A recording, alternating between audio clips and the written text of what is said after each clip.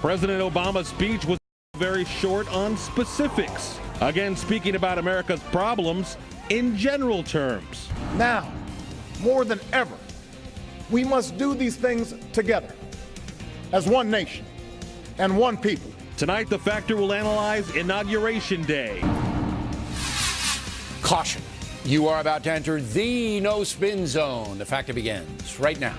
Hi, I'm Bill O'Reilly. Thanks for watching us tonight. Inauguration address number 57. That is the subject of this evening's Talking Points memo. First inaugural address delivered on April 30th, 1789 by George Washington. But not to the folks. Washington spoke directly to Congress. He appealed to the new leaders to be moral and just, and he invoked God and heaven, saying, quote, propitious smiles of heaven can never be expected on a nation that disregards the eternal rules of order and right, which heaven itself has ordained, unquote. George Washington appealing for justice. Fast forward to 2013, when President Obama made a similar appeal.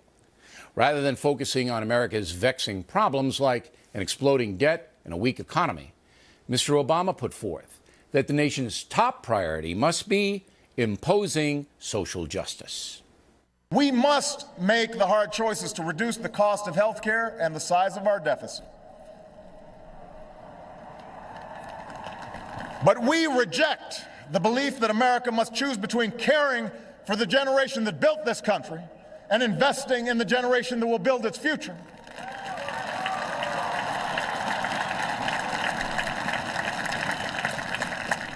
For we remember the lessons of our past, when twilight years were spent in poverty and parents of a child with a disability had nowhere to turn.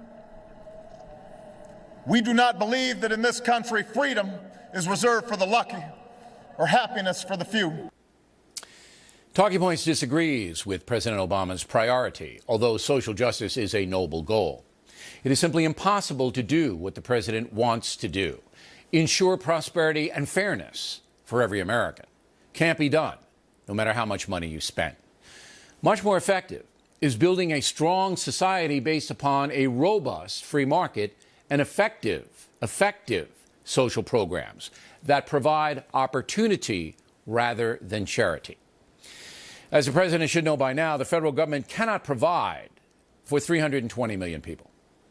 And the danger is that Mr. Obama's persistent attempts to do that, to redistribute prosperity, will bankrupt the nation, causing pain to everyone and making it impossible for poorly educated or disadvantaged Americans, whom he cited, to even make a living.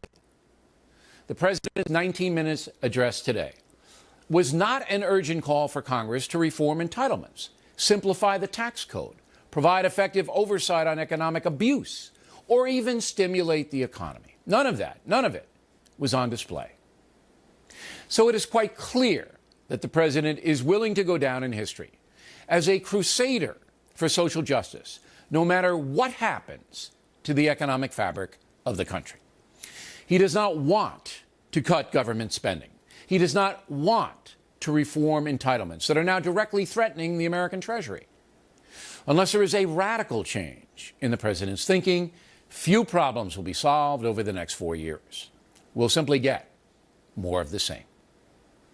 And that's a memo.